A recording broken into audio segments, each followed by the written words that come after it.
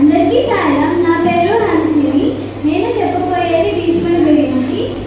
మహాభారతంలో అత్యంత శక్తివంతమైన కీలకమైన పాత్ర భీష్ముడిదే అనడంలో సందేహం లేదు. భీష్ముని అసలు పేరు దేవవ్రతుడు. మహాభారతం నుంచి, భీష్ముడి జీవితం నుంచి ఒక వ్యక్తి ఎన్నో విషయాలను నేర్చుకోవచ్చు.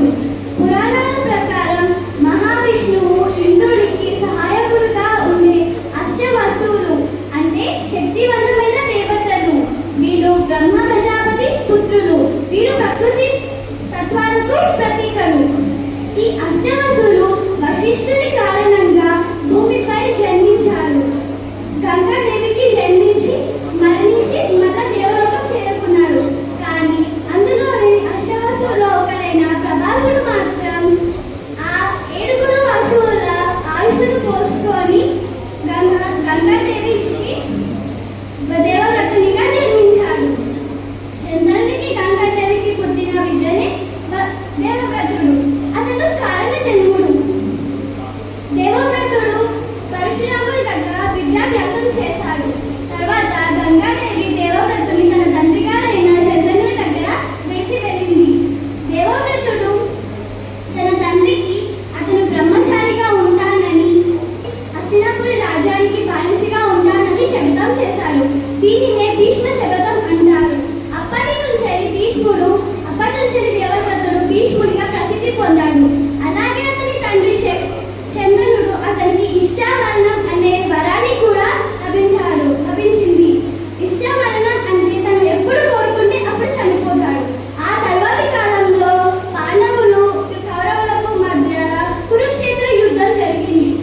ఈ కురుక్షేత్ర యుద్ధంలో భీష్ముడు ఇష్టం లేకపోయినా అధర్మ పక్షాన ధర్మంతో యుద్ధం సిద్ధపడినప్పుడే అతను తన మరణాన్ని స్వాగతించాడు.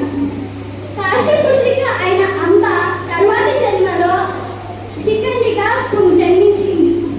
శిఖండి ఇంకా అర్జునుడు భీష్ముడిపైకి బాణాలు విస్తారు. మార్గశిర మాసంలో భీష్ముడు అంబశిలపై చేరుకున్నారు. ఉత్తరాయణ కాలం కోసం సుమారు 58 రోజులు వేచి చూశారు. ఎందుకంటే ఉత్తరాయణ కాలంలో చనిపోతే అతనికి మోక్షం లభిస్తుందని, తన లోకానికి తిరిగి వెళ్ళిపోవచ్చని, స్వేచ్ఛగా ఉండొచ్చు అని భీష్ముడికి ముందే తెలుసు. అందుకే అంబశీలపై బాధలు భరిస్తూ కూడా ఉత్తరాయణ కాలం కోసం వేచి చూశాడు. అంబశీలపై ఉన్నప్పటికీ శ్రీకృష్ణుడి ఆదేశాల ప్రకారం యుధిష్ఠిరుడికి యుద్ధం అనంతరం దుఃఖాన్ని పోగొట్టడానికి రాజధర్మం, మోక్షధర్మం, అపధర్మం లాంటి ముఖ్యమైన విషయాలు ఉపదేశాలు, ఎన్నో కీలకమైన విషయాలను ఉపదేశించాడు. ఇది విన్న